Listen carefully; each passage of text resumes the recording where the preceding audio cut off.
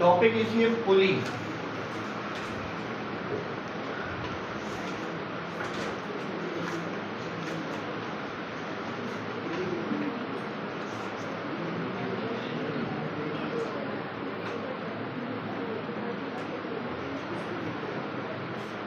पुली, पुली क्या है? देखो,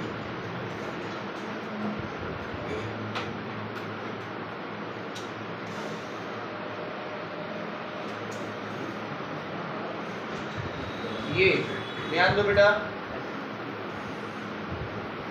एक पुली जो है एफर्ट के डायरेक्शन को चेंज करने में मदद करती है, ये बताया पहले भी, ठीक है। मान लो कि इस तरह से एक पुली लगी हुई है, भाई कुएं में लगी हुई है ना ऊपर की तरफ, तो इधर की तरफ एक रोप है, इधर की तरफ एक रोप है, इधर से एफर्ट लगाया जा रहा है और इधर साइड से लोड उठाया जा रहा है, सही है। तो एफर्ट लगाने से जितना एफर्ट लगाओगे उतना ही लोड उठ जाएगा, और पुली अपनी ही एक्सिस पे क्या कर रही है, अपनी ही एक्सिस पे जो पुली रोटेट कर जाए उसे कहते हैं fixed pulley, simple fixed pulley, समझ गए।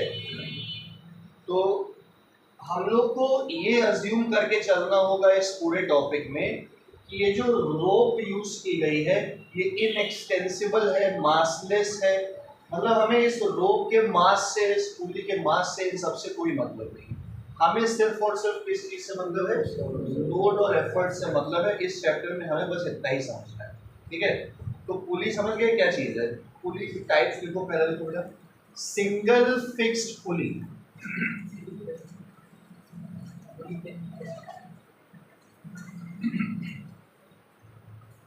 Single fixed pulley,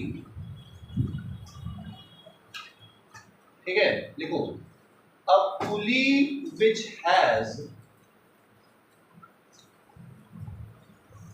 a pulley which has its axis of rotation fixed, a pulley which has its axis of rotation fixed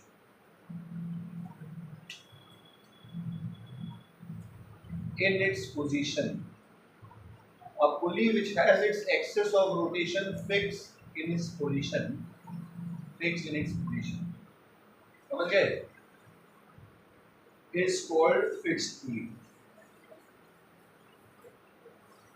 सुनो, ये डायग्राम तो बनाना ही है, बना लो पहले डायग्राम।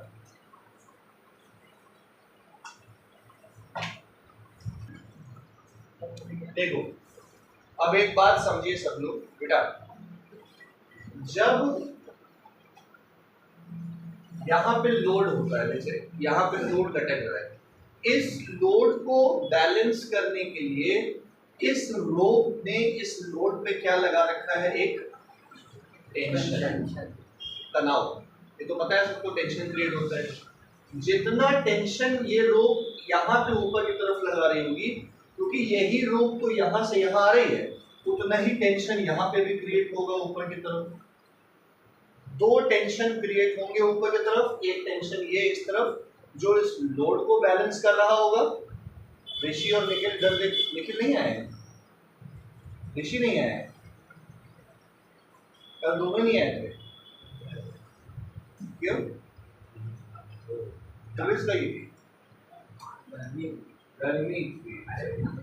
देखो, तो जितना टेंशन, मतलब यहाँ का टेंशन इस लोड को संभाल रहा है और यहाँ का टेंशन इस एफर्ट के क्या है, अगेंस्ट। हमने यहाँ से एफर्ट लगाया, एक टेंशन क्रिएट हुआ, यहाँ के टेंशन से यहाँ तनाव क्रिएट हुआ, यहाँ के तनाव ने इस लोड को उठा लिया। तो पहली बात तो यहाँ का tension is equal to effort, ये दोनों एक दूसरे को बैलेंस करेंगे, और यहाँ का tension is equal to load, और यहाँ का टेंशन इस लोड को बैलेंस कर लेगा, सही है। मैकेनिकल एडवांटेज का फॉर्मूला होगा लोड बाय एफर्ट, सही है। लोड भी T के बराबर है, एफर्ट भी ये कट के कितना आ गया, तो मैकेनिकल एडवांटेज जो है वो आ गया 1 for a single fixed pulley. नहीं समझ पाए? एक और चीज समझ लो, वेलोसिटी रेशियो। वेलोसिटी रेशियो का क्या फॉर्मूला होता है? Distance move by effort arm to the distance move by. अब आप खुद ही सोचो लॉजिकली, जितना आप पुली को नीचे खींचोगे उतना ही तो ये पुली कहाँ जाएगा? सही कह रहे हैं, गलत कह रहे हैं? अगर आपने पुली को x डिस्टेंस नीचे खींचा तो एफर्ट आर्म x डिस्टेंस नीचे आएगी, और पुली को आप मतलब x डिस्टेंस इसको नीचे खींचोगे तो ये x डिस्टेंस कहाँ चला जाएगा? तो लोड आर्म भी x डिस्टेंस ऊपर जाके आंसर कितना आ जाएगा? वेलोसिटी रेशियो में कितना आ गया? मैकेनिकल एडवांटेज भी 1 है, वेलोसिटी रेशियो भी 1 है। एफिशिएंसी का रिलेशन मैकेनिकल एडवांटेज और वेलोसिटी रेशियो से कल क्या बताया था? ma/v/r। ये भी 1 है, ये भी 1 है, एफिशिएंसी भी क्या आ गई? 1 मतलब 100%। आइडियल नहीं है, मतलब वो माना गया है ऐसा कि ये सब स्ट्रिंग इनएक्स्टेबल है, इसका मास खुद का है नहीं, अजम्पशंस बहुत सारे हैं, इसलिए एफिशिएंसी 100% आ रही है, वरना आती नहीं। ठीक है, अच्छा वो वीआर, हाँ, अगर एफिशिएंसी 100% ना भी हो, कम हो, तो वेलोसिटी रेशियो में कोई बदलाव नहीं आएगा, मैकेनिकल एडवांटेज कम होता जाएगा। Velocity ratio for a particular design मैंने बताया था चेंज नहीं होता। देखिए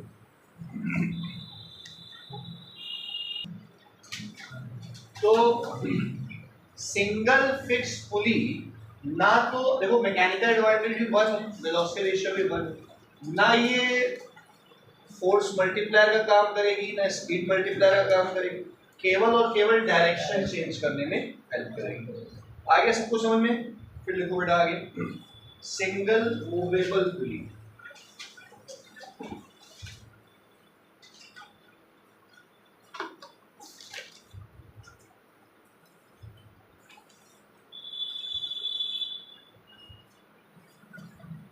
A pulley which has its axis of rotation movable, जिसका पूरा का पूरा axis of rotation he movable हो,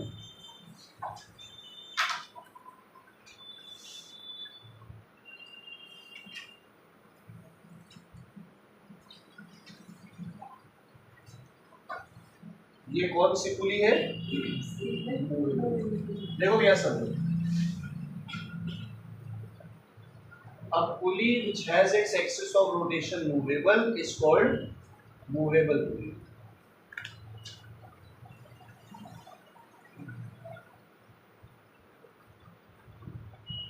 समझ रहे हो? फिक्स ना हो ये चीज। अब ये चीज को एक मिनट बोर्ड पर देखिए बेटा, यहां से लोड लटकाया जाएगा, ये लोड लटका दिया, सही है, यहां से क्या लगाया जाएगा? एफर्ट, ताकि इस लोड को उठाया जा सके, सही है। अब देखिए यहाँ पे कितने टेंशन क्रिएट होंगे, इधर देखो यार, देखिए यहाँ एफर्ट लगाया तो यहाँ एक टेंशन ऐसे क्रिएट होगा उल्टा, ये टेंशन एक और ऊपर की तरफ टेंशन क्रिएट करेगा। जब रस्सी खींचती है तो तनाव दोनों तरफ क्रिएट होता है, पिछली बार भी दोनों तरफ क्रिएट होगा, मैंने बताया नहीं है बस वो चीज। रस्सी जब भी खींचेगी तनाव किधर क्रिएट होगा? एक पॉइंट पे 2 डायरेक्शन में क्रिएट होता है। हमें इस टेंशन से कोई मतलब ही नहीं होता है क्या? हाँ, तो ई के बराबर ही आएगा।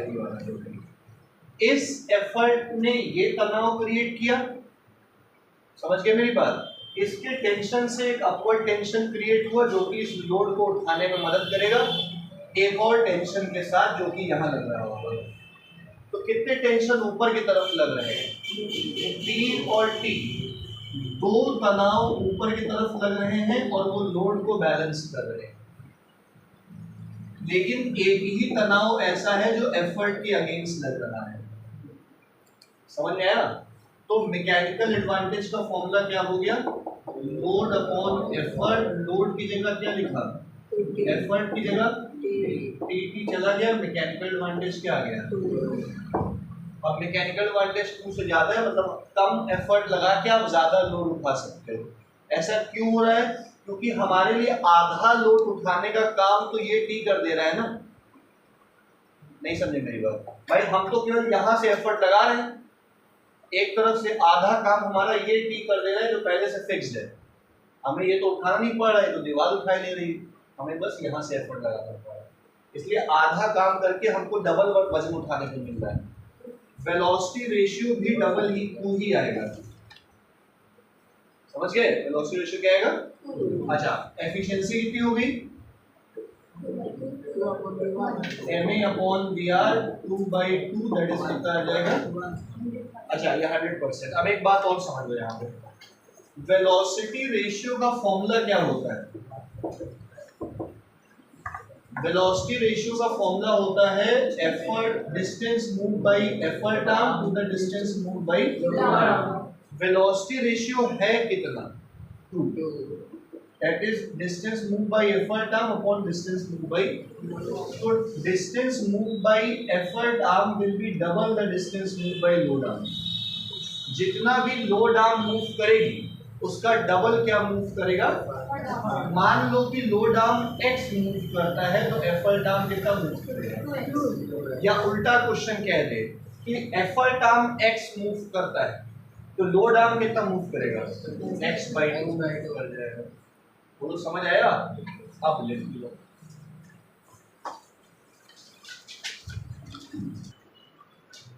अब देखो यहाँ एक समस्या है, मैकेनिकल एडवांटेज तो 2 मिल गया, फायदा हो गया, लेकिन एक समस्या है। क्या समस्या है? कि हमें जो वर्क करना पड़ेगा वो अगेंस्ट द ग्रेविटी करना पड़ेगा। हमें चीजों को क्या उठाना है? लोड को ऊपर उठाना है। अगर सिंगल मूवेबल पुली को देखते तो हमें फोर्स कहाँ लगाना पड़ा था? नीचे। लेकिन फिक्स पुली, मूवेबल पुली में हमें फोर्स कहाँ लगाना पड़ रहा है? तो हमें इसी तरीके से इसके डायरेक्शन ऑफ एफर्ट को चेंज करना है। देखो, how to change the direction of effort in a movable pulley.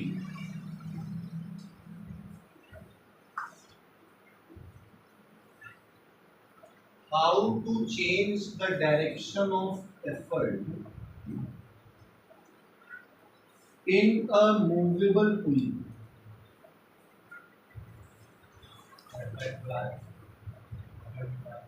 In a movable pulley.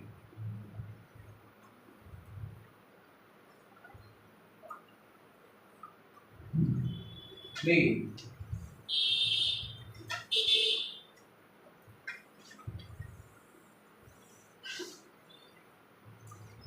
ये एक मूवेबल पुली है,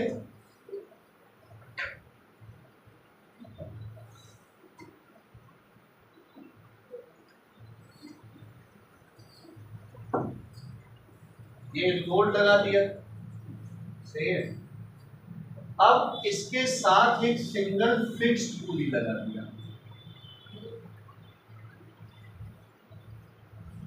तो हमें एफर्ट अब कहाँ की तरफ लगाना है?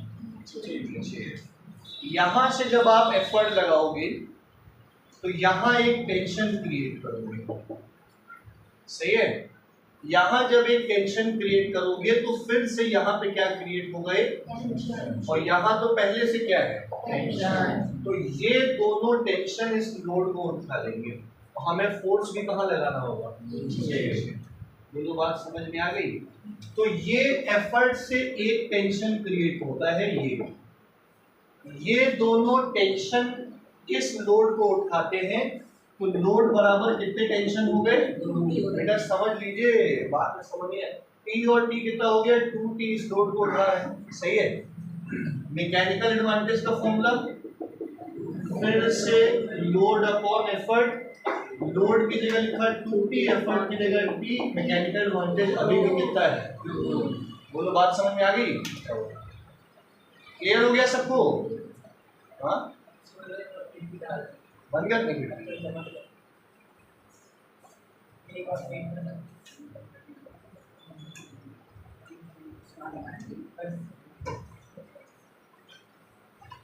तो मैकेनिकल एडवांटेज कितना आ गया, सबको क्लियर हो गया। वेलोसिटी रेशियो भी इसका 2 ही आता है, फिर से एफिशिएंसी वही 100%। लिख लो, बना लो।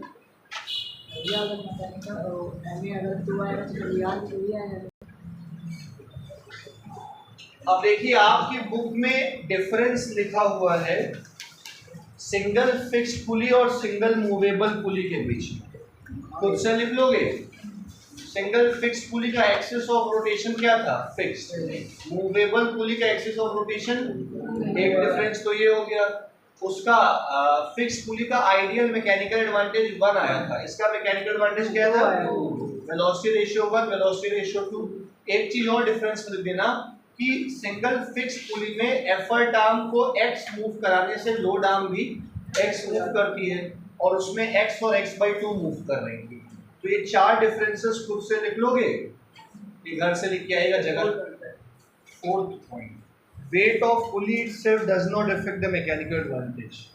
पुली का वजन मैकेनिकल एडवांटेज पे असर नहीं डालेगा क्योंकि फिक्स्ड है ना ये। जब पुली फिक्स्ड होगी तो इसका वजन चाहे जितना हो घूमना तो उसको अपनी ही एक्सिस पे नीचे थोड़ी आना है। लेकिन इस केस में अगर ये मूवेबल है तो इसका वजन इस पे इफेक्ट करेगा, क्योंकि जितनी भारी पुली होगी एफर्ट उतना ही ज्यादा लगाना पड़ेगा। अगर फिक्स्ड पुली है तो पुली के वजन से कोई मतलब नहीं, क्योंकि वो तो फिक्स्ड है ना अपनी जगह पे। लेकिन अगर पुली भी मूवेबल है तो वजन जितना ज्यादा होगा उतना ही ज्यादा क्या लगाना पड़ जाएगा, एफर्ट लगाना पड़ जाएगा। 4 या 5 पॉइंट अपने हिसाब से आप लोग जगह छोड़ दो, उसी जगह पे लिख देना। देखो टॉपिक डालो, कॉम्बिनेशन ऑफ पुलीज।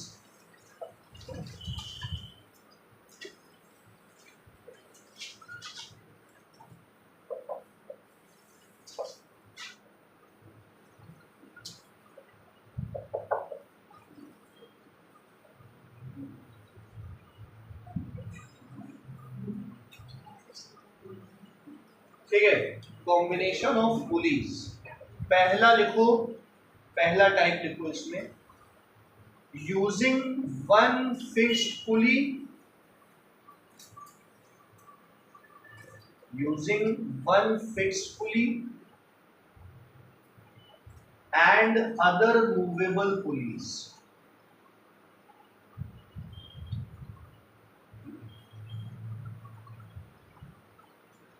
एक फिक्स्ड यूज करेंगे ताकि डायरेक्शन ऑफ एफर्ट चेंज कर सके, बाकी मूवेबल ही यूज करेंगे। सही है, सही है। डायग्राम आराम से बना लीजिएगा लेकिन टाइम मत लीजिएगा।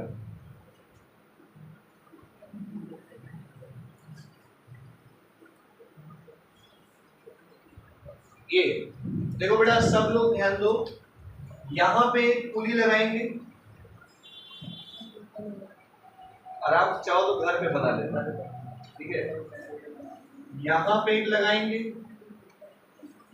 यहां पे एक लगाएंगे, ये 3 कौन सी पुली होगी, यहां पे क्या लगा देंगे,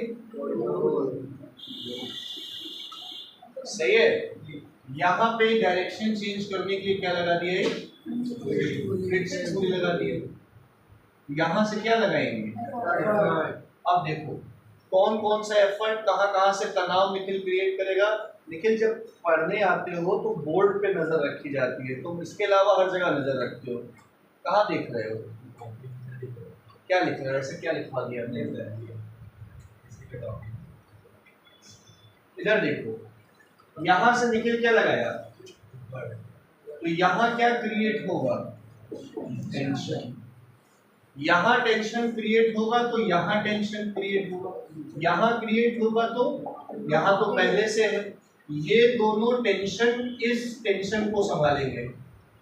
यहां टेंशन यहां पहले से क्या है, ये दोनों टेंशन इस टेंशन को संभालेंगे। यहां का टेंशन यहां पहले से क्या है, बस एक दिक्कत है कि रोप अलग अलग, ये अलग रोप है, यहां जाकर खत्म हो जाती है, ये अलग रोप है, ये पूरी एक रोप है। देखो तो रोप्स अगर अलग अलग होंगी तो टेंशन भी अलग अलग होगा। तो यहाँ का टेंशन T1 ले लेते हैं, नहीं यहाँ शुरू होते हैं। यहाँ वाले रोप का टेंशन T1, ये वाली रोप का टेंशन, ये पूरी एक रोप है तो इसका टेंशन T3, तो बात समझ आई। अब हम लोग को निकालना है मैकेनिकल एडवांटेज, जो कि यहाँ कैलकुलेट करेंगे। ठीक है, तमीज से समझिएगा।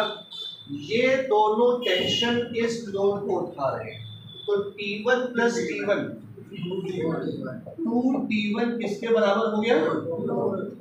तो T1 की वैल्यू किसके बराबर आ जाएगा? इसको रखे रहो फिर से। T2 प्लस T2 2T2 किसको उठाएगा? 2T2 उठाएगा T1 को, और T1 की जगह क्या लिखोगे? तो यहाँ से T2 की वैल्यू क्या आ जाएगी? L/4। T3 किसको उठाएगा? तो 2T3 किसको उठा दिया? T2 को, तो और T2 किसके बराबर है? तो T3 किसके बराबर हुआ? और T3 किसको उठा रहा है? एफर्ट। तो बोलो यहाँ तक समझ आ गया।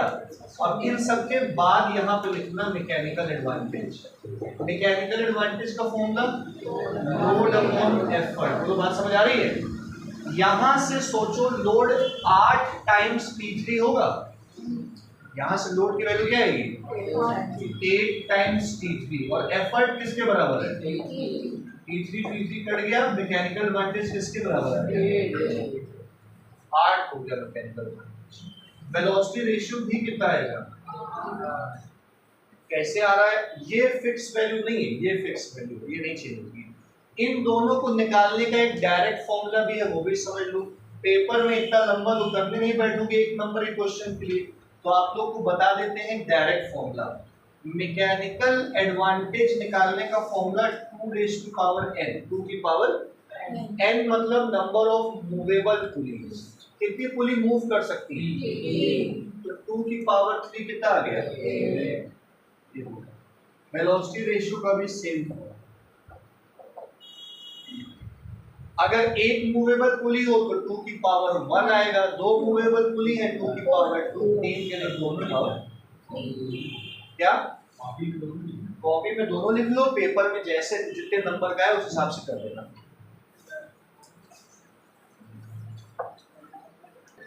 चलो हाँ, टॉपिक डालो बेटा। इसी में सेकंड पॉइंट लिखो,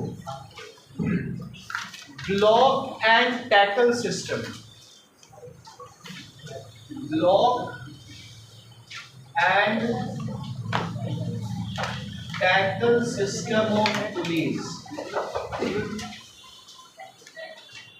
block and tackle system of police.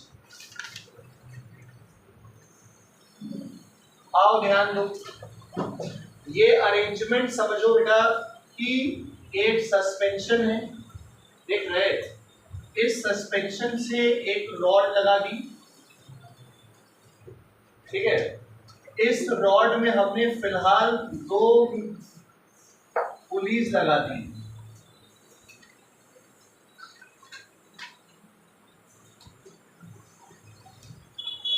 आप लोग सेम साइज की बनाइएगा इसकी, और नीचे एक और मूवेबल रॉड लेंगी, उसमें एक पुली लगा दी। तो टोटल कितनी पुलिस हो गई? 3। ये दोनों फिक्स वाली हो गई, और ये पूरा का पूरा अरेंजमेंट मूवेबल होगा नीचे वाला। इस वाले अरेंजमेंट के साथ नीचे क्या लगा दिया गया है? सही है। अब एक ही रो, एक सिंगल रो हम लोग यहां से लाएंगे,